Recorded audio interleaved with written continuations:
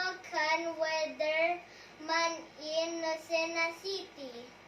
I will be covering our today's local weather for Monday and Tuesday. As today, November 15, 2021, Monday, the weather is partly cloudy with current temperature of 33 degrees. Our maximum temperature is 37 degrees and minimum of 34 degrees.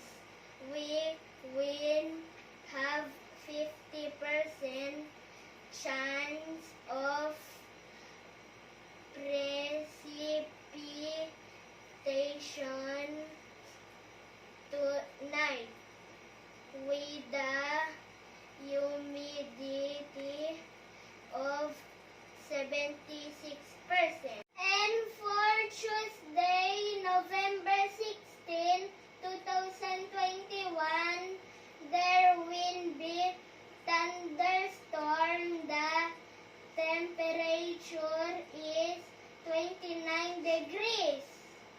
The high temperature is 32 degrees with the low temperature of 25 degrees with 70% chance of precipitation.